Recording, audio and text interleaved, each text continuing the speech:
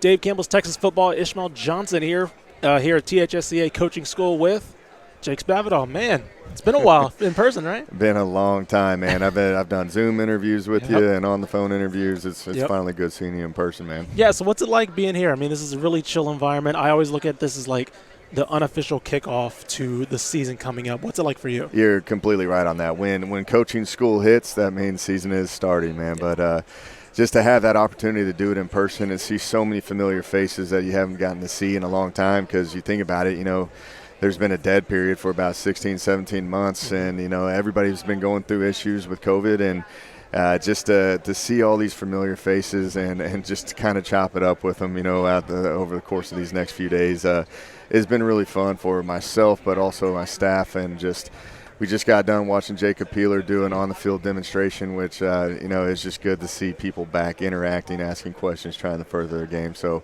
fired up to be back into the mix of this whole thing right now. Yeah, for sure. Let's talk a little bit about your Bobcats coming up this season. Remember yesterday we were talking just a little bit, and you said the team looks really different, right? There are going to be a lot of returners, a lot of guys that people know, Brock Sturgis, Brady McBride, those guys. But, what exactly – I mean, we've seen the transfers come in. We've seen the different players. Now that you've been through a spring practice with them, what is different about this team? Does it feel different? Is it something that you can visually see? Yes, visually. Okay. When you go through the spring game, and the fans got to see, our new team, you could tell the difference in the profile of our football team. And that was something that when we got here in 2019, we thought we were a very small football team. When you went through the entire Sun Belt and you started comparing yourself to really the Louisiana Lafayettes and Coastal Carolina, it was like we need to increase the profile and get a mature kind of, bigger type of guy and a longer type of guy. And that's what we did. And, I think that in today's time, with the transfer portal and where it's at, I think the kicker of everything is the eligibility freeze from last year. And we had to be very cautious of what we did this year, because if you remember our conversations last year, we brought in over 60 new guys because we inherited a team that was a very senior-heavy class where we had 33 seniors, I believe it was, and we ended up having about 40 graduate and move on right there. So you had to mix in a lot of different guys. And we were a very young team, and the eligibility freeze happens. You talk about Brady McBride, you talk about Brock Sturgis, Jamil Jeter, Calvin Hill. They all have 3 to 4 years of eligibility. Sure. So, we wanted to balance our classes out, and I thought we did a very good job at making sure that we just didn't have 90% of our roster as freshmen and sophomores, and we balanced it out very well. And I think the profile of our team's different. I think the fans are going to be excited to see what the product that we get to put out there on the field. Our kids, our culture is really good going into our third year. So just a lot of excitement, and a lot of optimism going into this 2021 season. Yeah, let's talk a little bit about Brady McBride. Last year at times he definitely looked like, in the beginning, a guy who had not played competitive football in a couple years, right? I think we mentioned it. It had been since probably Coppell, since he had taken live in-game snaps before he snapped against SMU. And, there was a brief period in the season where you took him out, right? You benched him for a little bit. He kind of held the clip forward, and I remember that was a very concerted effort on your part. What were you trying to get at that point? Because he ended the season really well. His last couple games, he looked like a different quarterback. Yeah, and, my best friend's Cliff Kingsbury, and we talk about quarterback play on a daily basis because it is extremely hard to do. I have so much respect for guys that line up behind the center and have to do it, And Brady goes in the first game of the season versus SMU, and that's a very quality opponent to go up against in your first start in a long time.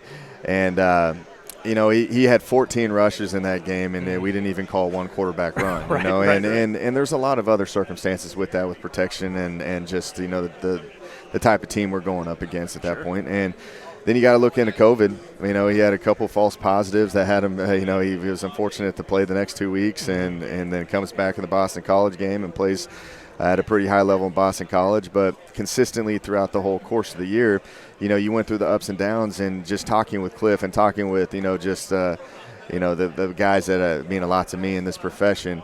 It's always good to step away from the game for maybe a little bit and watch from the sideline. Sure. And I thought that, it was really tough on the kid. It was tough on me. It was tough on everybody, to be honest with you. And we set him down during the App State game. And he goes in versus the Georgia Southern game at halftime, and he scored 16 of 18 drives.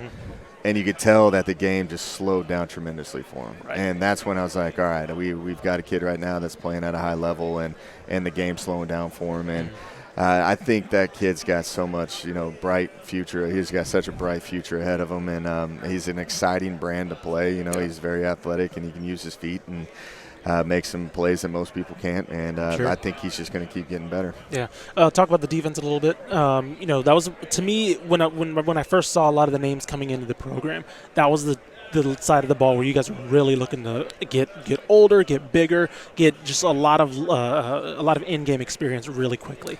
What was that? Did I read into that correctly, or yeah, how was it? Yeah. No, you're spot on with that.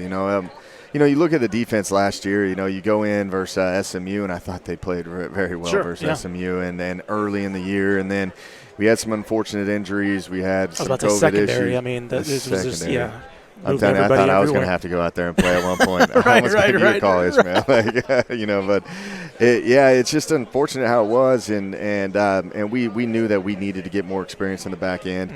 We needed to get bigger up front and get more depth. Sure. Like when we had Savion Patton and he had the unfortunate back injury, and he should be back this year. And I'm fired up for that kid, but there was just a lot of depth issues, and we had to move around a lot. And I'm telling you no one knows, when we played Louisiana Monroe, we were down to about three defensive linemen in the entire fourth quarter. Yeah. And we had linebackers playing D-ends and just trying to make it work where it was at. And I thought there was a lot of highs and lows of the defense, but I think now we're starting to gain a lot of depth that is going to be very beneficial for our season next year. Lastly, I remember my first spring practice when I went out there. I asked you how close this program was, right? At that time, you said close. And I think you saw the foundations of something that first year. Last year, I think it was similar, but a lot of different things. You mentioned the SMU game could have gone either way. The Boston College game kind of got away from you guys. It was a lot more of those certain swings in the game go a different way. You guys are probably 5-6 wins, right? Exactly. Where is this program now? You bring in an influx of players that, to me, signify that there's no. You guys are kind of tired of maybe here and there if a ball went here. It was kind of more of all right, it's go time kind of. Exactly. We had this conversation with our team all the time about how close we are. Mm-hmm. You see, just we're probably about 5 to 15 plays away from being 6-6, 8-4. Arguably, like you're saying, but we're sick of being close. I think the kids the caliber of kids that we're bringing in right now, they have a chip on their shoulder. They want to prove people wrong. They want to go out there and compete with the best of them. And I think these kids are working extremely hard right now. I think they've got an edge to them at it. It's go time. And I think a lot of the things last year was we weren't playing smart football in critical moments. Mm-hmm. And that's something that we can clean up. I think they've learned from their lessons last year. If you go to Georgia Southern, don't snap the ball over the punter's head. Right, I completely forgot about that. There's a lot of those situations that are on us, yeah. And we know that, and there's a transparency in our locker room of what we need to get done, and they understand that we're bringing in a caliber player where the competition and the depth at every position is going to be very fun to watch, Sure. and you got to elevate your play all the time, and you got to play smart, and you got to rise to the occasion in those critical moments, and I think these kids are ready to start winning some games. Alrighty. Hey, Jake Spavital, Texas State. Appreciate you, Ishmael. Yes, sir. It's best. Awesome. Hey, thanks for watching this clip here on YouTube. If you like this kind of stuff and you want more of it, make sure you subscribe to our YouTube channel. And remember, you can watch us live every weekday at noon at THSFootball.com, Facebook, Twitch, or here on YouTube. And if you want more of the best coverage of football in the state of Texas, check out THSFootball.com and become a Dave Campbell's Texas Football Insider at THSFootball.com/subscribe.